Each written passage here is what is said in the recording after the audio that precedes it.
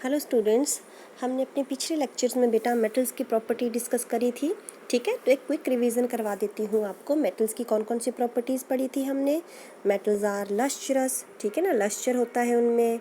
They are hard, ठीक है ना, they are in solid form, ठीक है। गुड कंडक्टर ऑफ इलेक्ट्रिसिटी होते हैं ये, मेलिएबल होते हैं, डक्टाइल होते हैं, इलेक्ट्रोपॉजिटिव इन नेचर होते हैं ये, ठीक है ना। एक चीज़ रह गई थी आपको करानी है, दे आर सोनोरस।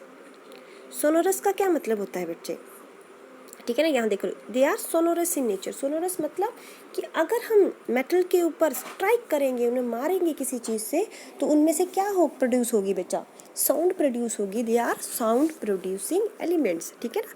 तो जैसे हमारी अब स्कूल बेल होती है, ठीक है ना, मंदिर की घंटियाँ होती हैं, वो किससे बनी होती हैं, मेटल से बनी हुई होती हैं, ठीक है।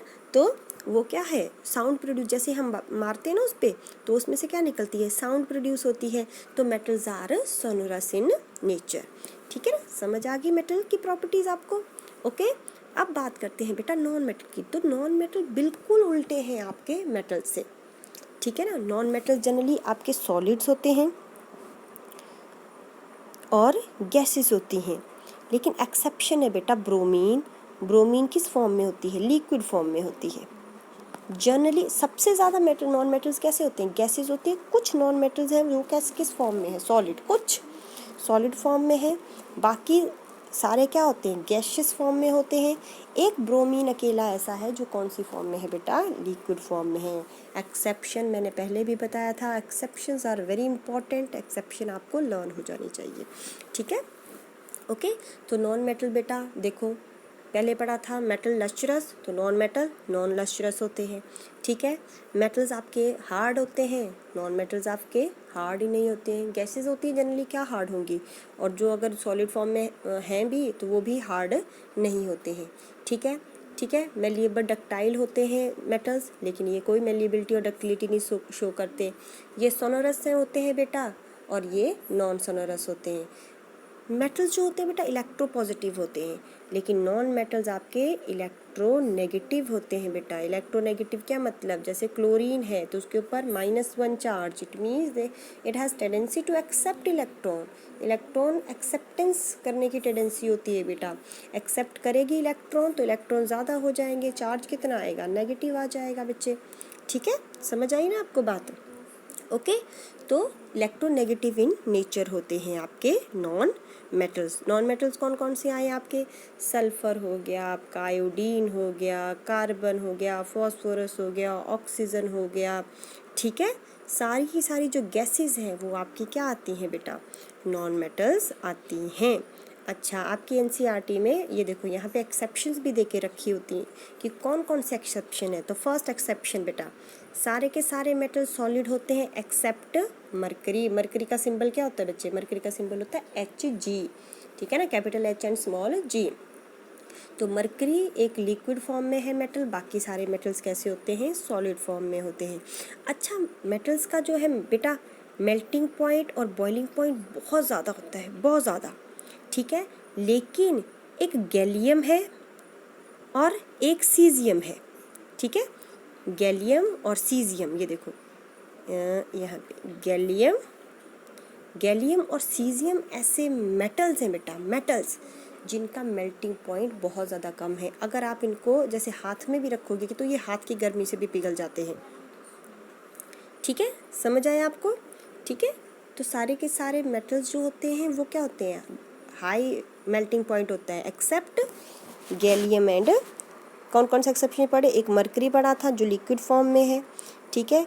लो मेल्टिंग पॉइंट वाले कौन से पढ़े हमने, गैलियम पढ़ा और सीजियम पढ़ा। एक नॉन मेटल वाला है कि सारे के सारे नॉन मेटल बेटा नॉन लस्ट्रस होते हैं सिर्फ आयोडीन को छोड़ के। एक तो आयोडीन सॉलिड होता है और उसमें क्या होता है बेटा, लस्टर होता है। तो एक नॉन मेटल की एक्सेप्शन आ गई आयोडीन की कि वो लस्ट्रस होता है, ठीक है। एक आपके बोला कि कार्बन जो है बेटा, जो कार्बन है, carbon is a non metal, लेकिन कार्बन बहुत सारे फॉर्म्स में एग्जिस्ट करता है, डिफरेंट फॉर्म्स में एग्जिस्ट करता है, जिनकी जो शेप होती है स्ट्रक्चरल वाइज क्या होते हैं, डिफरेंट होते हैं बेटा, ठीक है। तो और उनको क्या बोलते हैं, एलोट्रॉप्स बोलते हैं बेटा। क्या बोलते हैं, एलोट्रॉप्स। जब भी कोई एलिमेंट बेटा डिफरेंट फॉर्म्स में ठीक है, एग्जिस्ट करता है तो उसको क्या बोलते हैं, एलोट्रॉप बोलते हैं बेटा। तो कार्बन बेटा डायमंड फॉर्म में भी है। अभी तो 2 ही एलोट्रॉप पढ़ो, लेकिन जब हम 4th लेसन पढ़ेंगे तो उसमें डिटेल में एलोट्रॉपी है आपको, डिटेल में, ठीक है ना। अभी तो के लिए सिर्फ ऐसे समझ लो कि कार्बन के 2 एलोट्रॉप हैं बेटा, एक डायमंड है और एक ग्रेफाइट है। तो दोनों ही की ही प्रॉपर्टीज़ डिफरेंट डिफरेंट होती है बेटा, ठीक है।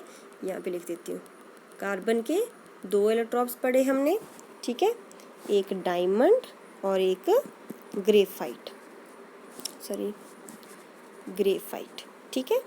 ग्रेफाइट कौन, डायमंड तो तुमने देखा ना हीरा, और ग्रेफाइट कौन, जो आपकी पेंसिल का लेड होता है, ठीक है ना। Lead is not actually lead, it is a graphite, ठीक है। तो देखो दोनों कितने डिफरेंट है, डायमंड चमकदार लश्चरस होता है, लेकिन ग्रेफाइट, वैसे ग्रेफाइट भी हल्का सा उसमें चमक तो होती ही है, ठीक है। लेकिन डायमंड जो है बच्चे, ये क्या है, नॉन कंडक्टर ऑफ इलेक्ट्रिसिटी है, डायमंड में से इलेक्ट्रिसिटी पास नहीं कर सकती, लेकिन graphite is good conductor of electricity. ये बहुत इंपॉर्टेंट है, याद रखना। डायमंड जो है वो बैड कंडक्टर है और ग्रेफाइट जो है बच्चे वो गुड कंडक्टर ऑफ इलेक्ट्रिसिटी है। डायमंड हार्ड होता है, ग्रेफाइट स्लिपरी सा होता है, ठीक है। अगर नहीं इतना ज़्यादा भी नहीं समझ आ रहा है तो लेट इट बी, कोई बात नहीं है। ये हम कार्बन का पूरा चैप्टर है, आपको 4th चैप्टर पूरा कार्बन का ही है, उसमें आराम से डिटेल में डायमंड ग्रेफाइट की हम क्या करेंगे, उनकी क्या क्या प्रॉपर्टीज़ हैं वो डिस्कस कर लेंगे। बस अभी के लिए इतना याद रखो कि कार्बन के 2 एलोट्रॉप हैं, एक डायमंड और एक ग्रेफाइट। डायमंड जो है हार्डेस्ट नेचुरल सब्सटेंस है, सबसे ज़्यादा हार्डेस्ट नेचुरल सब्सटेंस कौन है, डायमंड है, और सबसे ज़्यादा मेल्टिंग एंड बॉइलिंग पॉइंट है। लेकिन उधर, और हाँ, बैड कंडक्टर ऑफ इलेक्ट्रिसिटी है, लेकिन ग्रेफाइट जो है गुड कंडक्टर ऑफ इलेक्ट्रिसिटी है, ठीक है। अगली एक्सेप्शन, मैंने तुम्हें बोला था कि वैसे तो मेटल्स बहुत हार्ड होते हैं, लेकिन लिथियम, सोडियम और फॉस्फोरस, ठीक है ना, सोडियम और सॉरी फॉस्फोरस नहीं, पोटाशियम, सोडियम और पोटाशियम और लिथियम भी, ठीक है ना। लिथियम, सोडियम और पोटाशियम जो है बेटा सॉफ्ट मेटल्स में आते हैं। तो इनको क्या करते हैं, इनको बड़े ईजिली आप नाइफ से कट कर सकते हैं, ठीक है ना, नाइफ से कट जाते हैं ये, और इनकी डेंसिटी भी बहुत ज़्यादा लो होती है। समझ आ गया, लग गया पता, ठीक है। ओके, सो ये आपके मेटल्स और नॉन मेटल्स थे, ठीक है। अब बाकी इनकी केमिकल प्रॉपर्टीज़ जो हैं वो हम डिटेल में करेंगे। अभी थोड़े से क्वेश्चन हैं इनके, वो देख लो आप एनसीईआरटी के। फर्स्ट क्वेश्चन, कौन सा मेटल है, अब ये जल्दी जल्दी तुम खुद आंसर दो बेटा, कौन सा मेटल है जो लिक्विड है रूम टेम्परेचर पे, कौन सा है, यस इट इज़ मरकरी। कौन सा मेटल है जो नाइफ से कट जाता है, तो चाहे सोडियम बोल दो चाहे आप पोटाशियम बोल दो। बेस्ट कंडक्टर ऑफ हीट कौन सा बताया था मैंने, याद करो, बेस्ट कंडक्टर ऑफ हीट मैंने बोला था महंगा होता है सिल्वर, कौन सा, सिल्वर। और बैड कंडक्टर ऑफ हीट आपका लेड आ जाएगा बेटा, लेड, ये पेंसिल वाला लेड नहीं, वो मैंने आपको पहले ही बता दिया कि पेंसिल में जो लेड होता है that is graphite, that is not lead, okay. Lead is the different element, okay. So lead जो है आपका that is poor conductor of heat होता है, ठीक है। और मेलिएबल और डक्टाइल तो मैंने आपको बता ही दिए। बाकी जो है आपको नोट्स में फ़ोटोस्टेट कर दूंगी, और एनसीईआरटी के क्वेश्चंस भी आपको मैं सॉरी फ़ोटोस्टेट नहीं सेंड कर दूंगी, और एनसीईआरटी के क्वेश्चंस भी आपको सेंड कर दिए जाएंगे, okay. So that's all for today, okay.